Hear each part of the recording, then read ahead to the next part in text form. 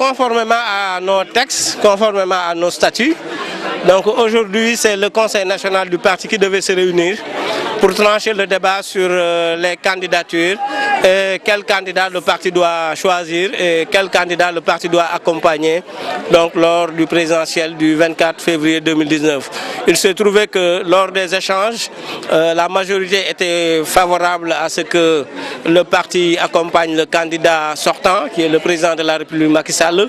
Mais comme nous avons jugé nécessaire de mieux affiner les réflexions pour éviter de se tromper sur notre choix, nous pensons qu'il serait plus important de continuer les consultations et d'échanger avec les autres candidats déclarés.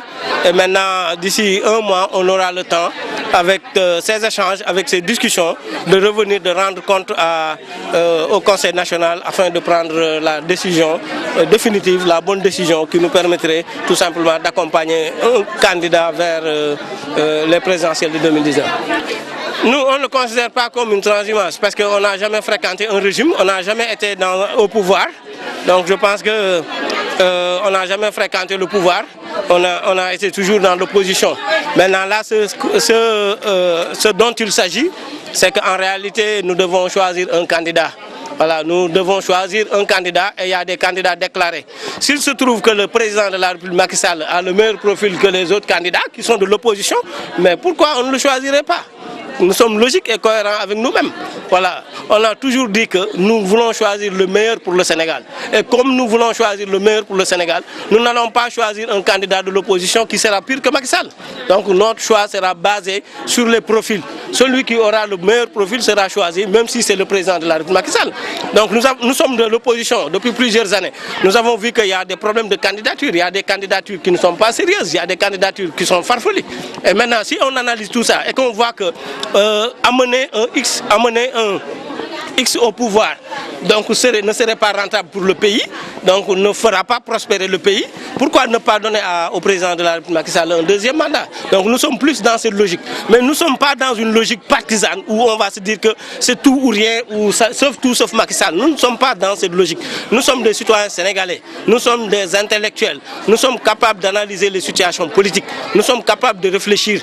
Nous voulons le meilleur pour le Sénégal. Et comme nous voulons le meilleur pour le Sénégal, Macky Sall aussi peut être le meilleur pour le Sénégal. Même s'il a fait des erreurs et qu'en l'accompagnant, qu'on soit en mesure quand même de l'aider à rectifier ses erreurs, de l'aider à redresser la barre. Pourquoi pas lui? Nous sommes cohérents avec nous-mêmes. Je pense qu'il ne s'agit pas de transhumer, mais il s'agit de contribuer. On peut toujours contribuer en aidant quelqu'un qui est dans l'erreur. Si on l'aide, comme il a fait beaucoup d'erreurs, si on l'aide à corriger ses erreurs, ce sera pour le bien du Sénégal. Je ne suis pas militant du Parti démocratique, je suis chef de parti. Je suis président d'un parti légalement constitué avec son récépissé. Voilà. Nous, on avait déjà un candidat, ça je le déclare ici, je l'ai toujours dit. Notre candidat d'office, c'était Karim Meïssa Wade. Mais nous sommes logiques, comme je l'ai dit tout à l'heure, et nous sommes réalistes. En politique, le réalisme est important. Karim Meïssa Wade ne se trouve pas sur les listes électorales. Quelqu'un qui n'est pas sur les listes électorales, d'après le code électoral, ne sera pas électeur. Et s'il n'est pas électeur, il ne peut pas être candidat. Pourquoi on se focalise à dire que c'est lui toujours notre candidat, alors qu'il ne peut plus être candidat?